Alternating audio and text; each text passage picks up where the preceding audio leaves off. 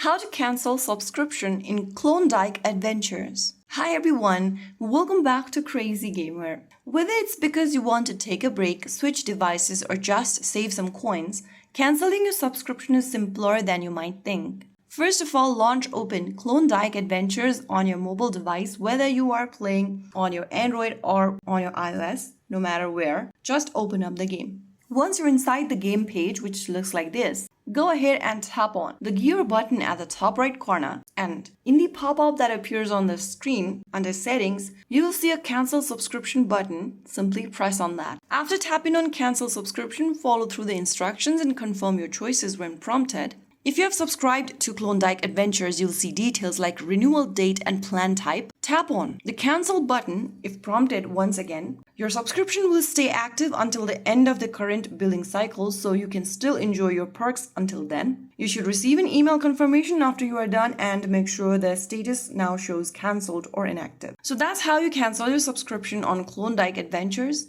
Now you can relax and enjoy the game at your own pace without worrying about auto renewals. So there you have it. That is how you do it. If you found the video helpful, don't forget to like, share, and subscribe to our channel. I will be back again in the next video. Thank you for watching.